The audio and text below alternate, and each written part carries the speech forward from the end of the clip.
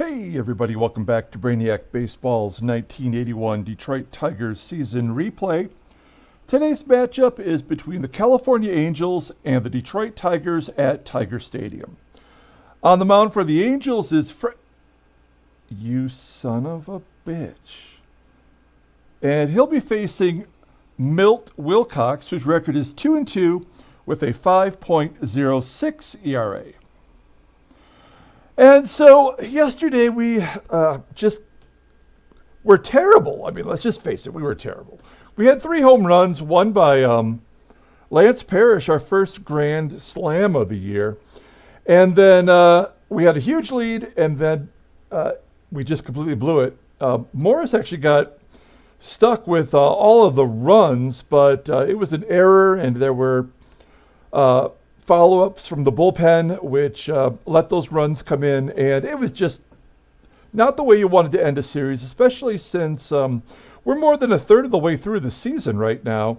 And the way I'm looking at it, to be transparent with everyone, is we have 16 out of the next 19 games at home, and if we are not within 5 games at the end of this month of first place, and healthy, then I'm going to start making some tough decisions and trading off some players. Because the likelihood of us making the playoffs at that point, of having to overcome Baltimore and the Yankees, it's really not likely. So I don't want to think negatively. But that's kind of the situation that we're in. So at any rate, Bob Stanley, not available today. He pitched a few innings yesterday. He did give up one of those runs. But overall, he's been pitching decent. And the rest of the bullpen will be available today. You can see Bruce Robbins. We've slid him into the number 5 spot. He'll be ready for his next turn in the rotation. So you got Milt available today. And, we're facing this jerk. He's a lefty. And so we had a lefty yesterday. Bruce Hurst we faced, and we did all right against him. But I want to get some of the left-handers back into the lineup. Wayne Gross is back in at third. Hancock's in right field. Sweet Lou, the lefty's in there. And we got JT, who took the game off, and the costly error was by Marty Castillo at first, and that just opened up the floodgates. So I guess you take out the Gold Glove at first and you struggle. So let's go ahead and do the Angels rundown. First time we're seeing them this season. Batting leadoff and DHing is Pepe Manguel. Batting second at second base is Bobby Grich. Batting third at first base is John Harris. Batting cleanup and catching is Brian Downing. Batting fifth and at shortstop is Steve Lubrach. Batting sixth and in left field is Don Baylor. Batting seventh at third base is Carney Lansford. Batting eighth in right field is Dan Ford. And batting ninth in center field is Larry Harlow. On the mound for Detroit is Milt Wilcox. He's got a 2-2 record with that 5.06 ERA. He's making his 7th start. He did miss one start due to injury. 14 Ks in 32 innings. Opponents are batting .329, and that's with him throwing a shutout earlier this season. And his last start, he got his second win, so he's got 2 wins in a row, that shutout, and then those 6 1/3 innings against Toronto just last week. So let's see if we can keep that hot streak going. And let's go ahead and get things kicked off here. Pepe Manguel leading off. And Pepe is going to hit a pop fly to shortstop, and that is the first out of the game. Next up is Bobby Grich. And Gritch flips it to right. Hancock makes the catch for the second out. It's going to leave it up to John Harris. Harris 1 for 5 in his career against Milt. And he hits a ground ball to second, and that'll be the end of the top of the first. We head to the bottom half of the inning. Here is the Detroit Tigers lineup against Frank Tanana. Batting leadoff in center field is Ricky Henderson. Batting second at shortstop is Alan Trammell. Batting third at first base is Jason Thompson. Batting cleanup and catching is Lance Parrish. Batting fifth in left field is Steve Kemp. Batting sixth and DHing is Barry Bunnell. Batting seventh and at second base is Sweet Lou Whitaker. Batting eighth in right field is Gary Hancock. And batting ninth at third base is Wayne Gross. And Frank Tanana, you know I hate his guts. If you don't know why, I've gone down that road a few times. I don't mind telling the story again, but if you check out some of the previous Frank Tanana games, especially from the 1980 season, I guess we haven't played them this year, so yeah, it'd have to be 1980. If you search them out, you'll hear the story in its entirety. He's making his ninth start. He's 2-4, a 3.71 ERA, 35 Ks in 60 innings pitched. He's kind of a junk ball pitcher at this point of his career. Opponents are batting .254. He's got 3 complete games already this year with 1 shutout. Last year he was 19-11 for the World Series winning Angels. Yeah, that's right. They won the World Series in 1980 in this game. And as I mentioned, this is the first time we're seeing him this season. Here's the defensive setup for the Angels. And we're going to have Ricky Henderson leading off against Frank. He's 9 for 23 with a home run against Frank Tanana. And he starts it off with a base hit. And it seems like whenever Henderson leads off the game, I try to make him steal second base and they pitch out. So you know what we're going to do? We're going to try to avoid that. We're going to hit and run with Tram. Great hit and run batter, and he gets a base hit to center field. Henderson has to hold at second base. And so first and second, still nobody out. And JT's up. He's batting .042 versus lefties. But just to show you, he's had 4 home runs in his last 4 games. So he's just getting hot. We did sit him yesterday against Bruce Hurst, the lefty. But I think we got to give him a chance here. Oh, he takes a strike 3 looking. And so here's the player of the game from yesterday's game, Lance Parrish. He had 2 hits, including that grand salami. And look at that. He shoots it to right field for a hit. RBI single as Henderson scores from second base, and it's 1-0 Detroit. So first and second, 1 out. We're going to hit and run. Try to stay out of the double play with Parrish. Kemp makes good contact. Not against lefties, though. He's 0 for 3 against Tanana. There we go. Base hit to center field. RBI single for Kemp, and it's first and third. Still 1 down. Tigers are up 2-0. And we're going to let Barry Bunnell swing away. He's in there versus lefties, and he gets a base hit to center field. I want to be excited about this, but if you watched yesterday's game, you know that our bullpen will just give it all back. So there's only 1 out. We are going to try to get Kemp to third, and he is safe at third. So Kemp takes that extra base. It's first and third now for Sweet Lou. Lou's got a home run against Frank Tanana. Oh, and a balk by Frank Tanana will score a run, move Bunnell up to second base. It is 4-0. I'm loving this. Nothing makes me feel better than to see Frank Tanana get some comeuppance. As he gets Whitaker gets a base hit to center field. Another run scores. It is 5-0, and we don't need to stretch that into a double. So Sweet Lou on first. Gary Hancock, we're going to hit and run with him.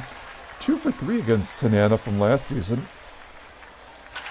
Ground ball to short. Whitaker running on the play is safe at second. And there's the second out.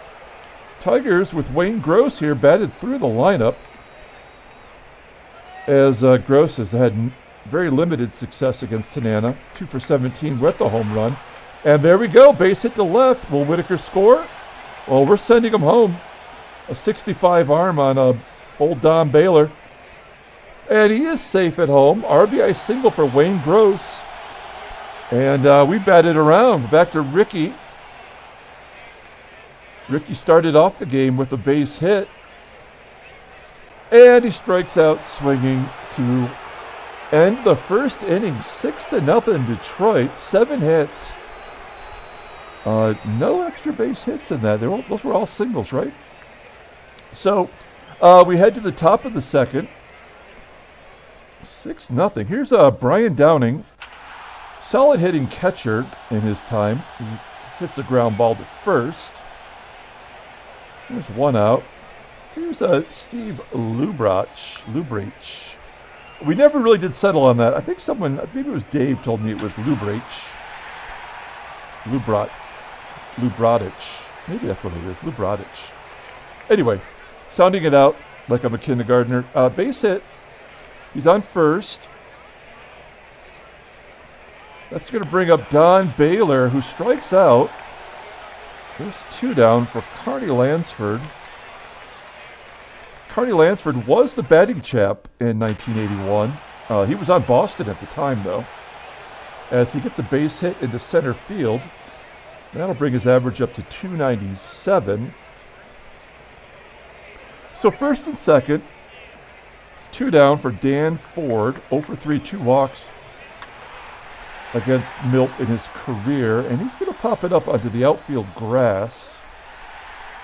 And looks like Whitaker made the catch, and the Tigers get out of the inning. So we go to the bottom half of the second with Trammell leading off the inning.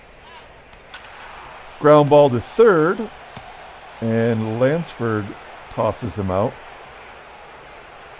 1 down. Here is JT. Thompson hits a ground ball to short. And that's a quick 2 outs. It's going to leave it up to Parrish. And Parrish is going to flip it into right center. That might fall in. It does. Parrish's second hit of the game. And 8th hit overall for Detroit. Let's have Kemp swing away this time. And he's going to hit a fly ball to right. So Tigers strand a runner on first. We go to the top of the third. Larry Harlow, the number 9 hitter, leading off the inning. And he hits a ground ball to short. And Trammell boots it. So runner on first base, back to the top of the lineup with Pepe Mengual. And so Rod Carew is in the minor leagues in this game. Batting .370. He was started the season in the majors. And for some reason they think Pepe is a better option. As Wilcox walks the leadoff hitter, Manguel, first and second now. For Bobby Grich, who does have a home run against Wilcox. Grich is going to hit a fly ball to center. Is it deep enough for Harlow? Harlow's not going to chance it, which makes sense when you're down 6 runs. So 1 down for John Harris. Let's get a ground ball here, turn 2. Ground ball right to Whitaker. And they do turn 2. 4-6-3 double play. We go to the bottom of the third. 6-0. With those 6 runs, only 35 pitches for Frank. Barry Bonnell leads off the bottom half of the third by grounding out to Tanana. It's 1 down. Next up is Sweet Lou. Lou's got himself a ground ball to first. So with 2 down, here's Gary Hancock. really starting to have to fight for playing time with Omar Marino, who took an offer yesterday. Marino did, as Hancock grounds out to third. But Marino has been the hotter of the two. So a 1-2-3 inning for Tanana, who's settled down after that rough first inning. We go to the top of the fourth, and Brian Downing strikes out 2 Ks for Wilcox. That's 1 out. Here's Steve Lubritich. I think that's what we're going to settle on. Sounds right. I'm going to call him a jerk for getting that infield single. Third hit against Milt. Runner on first. Here's Don Baylor, only batting .210 with 2 home runs. He rips it to center on the line. Oh, it falls in, as Henderson couldn't get to it, and Baylor's got himself a double. I thought that was going to be caught. As it's second and third with 1 out for Carney Lansford. I don't mind. We're going to keep the infield back. I don't mind giving up 1 run. I guess we're going to give up 2 as Lansford gets a base at the left. And an error. So it would have only been 1 run scored, but the error on Kemp allows Baylor to score. It's an unearned run. And it's 6-2. This is what happened yesterday. We just got to a point where we could not get anyone out. The game would just not let us out of it, as Dan Ford gets a base hit. It's first and third. And left-hander up, Larry Harlow. Still want to try to turn 2. No, it doesn't matter. Another base hit. So yeah, this is bullshit, but there's really nothing you can do about it. I mean, the game will decide when enough's enough. There's a balk. So Wilcox balks the runners to second and third. And you know base hit's going to score 2. We're going to pull the outfield in, try to prevent another one, but it's pretty much a guaranteed hit here. Nope, I guess Mangual's going to ground out to first. Run scores. It's 6-3 for Bobby Grich. Bobby Grich deserves another look at the Hall of Fame. He's a pretty great second baseman of the late 70s and 80s, as he does line out, and that's 3 runs for the Angels. We go to the bottom of the fourth, as the Angels cut the lead in half. Wayne Gross leads off the bottom of the fourth with a line drive to right. Other than that Parrish hit in the second, Tanana's been lights out. Ricky Henderson, oh, he's safe on an error by Lansford. And I just want to show you this real quick. As a Tiger, Henderson got off to that great start for us, but he's his average has dipped to 280, which is not horrible, but I mean, you'd think he would be doing better. We're going to have him try to steal second base on the left-hander. He is successful. That is Henderson's 19th stolen base combined between Detroit and Oakland. Trammell gets a base hit. It's actually a double, scoring Henderson, and we get one of those runs back. So an RBI double from Tram. Runner on second. Here's JT. Thompson's going to hit a high fly ball to center field. Trammell tags up, takes third base easily. So runner at third for Parrish. And Tanana walks Lance. That's his first walk of the game, Tanana. So first and third, Steve Kemp, chance to get a couple more runs back. He hits a ground ball to short. So the error by Lansford allows the Tigers to get one of those runs back. It's 7-3, heading to the top of the fifth. Wilcox at 74 pitches, so this is probably going to be his last inning, as Harris starts it off by hitting a fly ball into foul ground on the right field side. That's one out. Next up is Brian Downing, 0 for 2 with a K. And he gets his first hit. 8 hits now that Wilcox has let up. 1 down, runner on first for Steve Lubitich. And he's got a base hit to center. So, if he lets one more on, I'm yanking his ass out of the game. Ground ball by Baylor, and they turn 2. Baylor not as fast as he was when he was a young man. And they get out of the 5th. The Tigers do. We go to the bottom half. It remains at 7-3. Barry Bunnell leading off. Ground ball to short. There's 1 out. Next up is Sweet Lou. Lou pulls a ground ball base hit through the right side of the infield, and there's a 10th hit for Detroit. We're definitely going to hit and run again with Hancock. That was successful his last time. Oh, ground ball to second. The only play was to first with Whitaker running. I thought for sure that was going to get through. So Whitaker on second for Wayne Gross.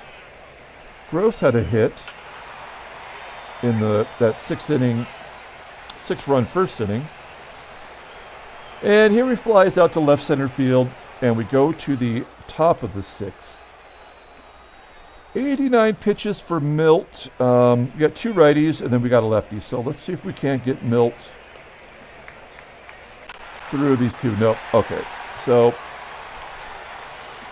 I'm sick of watching him give up all of these base hits. So we're going to bring in Dave Tobick, who I'm not sure is much better. His ERA is under 9, finally. And, he's had 2 runs score against him. One of them yesterday, but those were unearned runs. Man, he's given up 20 runs in 17 innings, but 16 of them were earned. So it's actually worse than you would think, not better.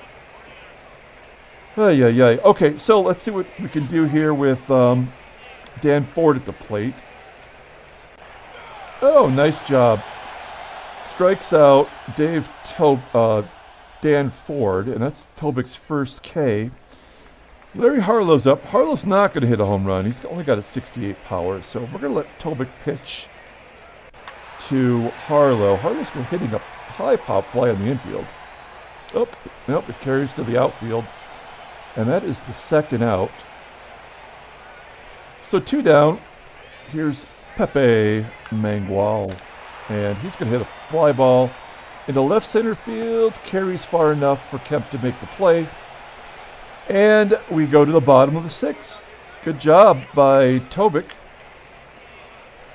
Ricky Henderson leading off here in the 6th. Ground ball to short. Let's go ahead and flip it over to the in-game stats. Who is the player of the game? Is it Parrish again? 2 for 2 with that walk and an RBI? Everyone has been about the same, really. Trammell with 1 down, pops it up. Carney Lansford makes the catch. So that'll bring up Thompson, one of 2 Tigers, the other being Hancock, who does not have a hit today. He hits a hard fly ball into right field, but it's going to be caught in foul ground, and that'll do it. So we go to the top of the 7th, and I usually don't like pitchers starting off another inning, but we do have a lefty coming up.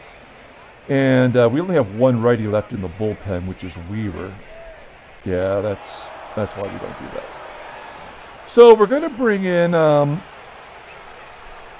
Comstock to pitch to John Harris. Harris is 1 for 6 against Keith Comstock. And keep in mind, some of those might have been with, I think, did we get him from California? Oh, Minnesota. So maybe that's where some of those at-bats came from. So runner on first. This is kind of a big play here. As Harris hits a fly ball in the right center field, it will be caught. So there we go. Good job by Keith Comstock. Do we give him one chance? I think we have to give him one chance. Ground ball to second. Turn two. Hey, there we go. Great job by Comstock getting the double play. And we go to the bottom of the seventh. Frank Tanana only at 77 pitches. Lance Parrish will lead it off. He hits a ground ball to short. There is one out. Tigers, again, have only had 3 hits since the first inning. So, for the most part, Frank Tanana has really settled down. Kemp hits a ground ball to short. That's going to leave it up to Barry Bonnell. 1 for 3 on the day. He does have an RBI. Ground ball to third. Another 1-2-3 inning for Tanana. We go to the top of the 8th. And we will be bringing in Roger Weaver at this point to face these righties. Now, Weaver is our bullpen by committee closer. And he's had a couple rough outings. I guess 2 outings ago against Toronto, he gave up a couple runs, but he got the win in his last appearance. So it made him 2-0 on the year. So he's going to face Steve Lubritich. And damn it, he gets a base hit up the middle. Angels have more hits than Detroit at this point. So runner on first. Here's Don Baylor betting 204 versus righties, and Weaver walks Baylor. So first and second, Carney Lansford betting 341 versus righties, and he walks him. So bases are loaded. One swing away from tying it up. As a blooper base hit into left center field. So, yeah, that's pretty shitty. So we're going to bring in Pat Underwood. And we're going to bring the infield in. We cannot let another run score at this point. Larry Harlow betting 300 versus lefties. That's got to be in limited duty, though. And he walks him. Nope, base hit. I mean, what are you going to do? Like, when the game doesn't want you to get a win, I mean, it's just going to keep going. I mean, there's no outs. Everybody's got on base, and we have no more righties left. So this is our punishment. Ground ball gets past Thompson at first, and the game is tied. And there's nobody out. So we got to pull the infield in again. And he strikes out Bobby Grich for the first time, for the first out of the inning. And that's going to bring up John Harris, who is a lefty, and we have to pull the infield in again. Oh, ground ball right at Gross. And they go home to get the second out, but this is probably about as bad as it gets right here, as Underwood is going to face their cleanup hitter, who is only batting 182 versus lefties, but he's got a 500 slugging percentage. It's a ground ball to short. And that's going to end the inning. They put up 4 runs, and the game is tied. And Frank Tanana has hung around long enough to get off the hook. Whitaker leads off the 8th with a base hit. So runner on first. I guess we're going to hit and run with Gary Hancock. Try to stay out of the double play. He's going to hit a fly ball to center field. That's not going to help us at all. Oh, I guess it will. That's stupid, but we'll take it. And they're going to bring in Mark Clear, who is the closer. for the Angels. This is his 13th game. He's 1-1 with a 2.08 ERA. He's got 7 saves. Opponents are betting 200 against him. Wayne Gross 1 for 2 with a walk. We're going to let him hit against Clear. Yeah, he strikes out. So 2 down. Here's Ricky. This is a time for Ricky to be a hero, and we're going to walk Henderson to get to Trammell.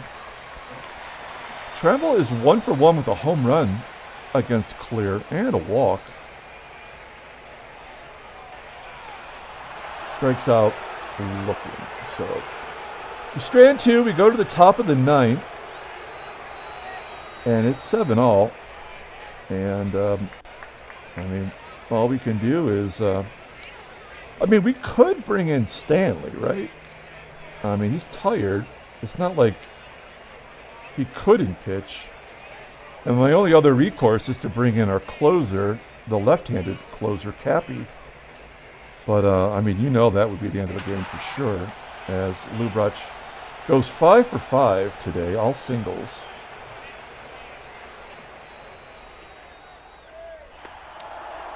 All right, so I don't think there's anything we can do about this. First and second. Oh, come on. Come on. There's no outs with bases loaded again. And we got to pull the infield in. What can we do? As Capizzello walks in the go-ahead run. So bases still loaded for Larry Harlow. And he walks in another one. 9-7, folks. Okay, well now, at least now, there's no point in pulling the infield in. And he walks the 4th straight batter. 5 in a row, actually. I'm sorry. That's 5 in a row if you look at the play-by-play. I don't have any more pitchers in the bullpen, so there's a base hit to right.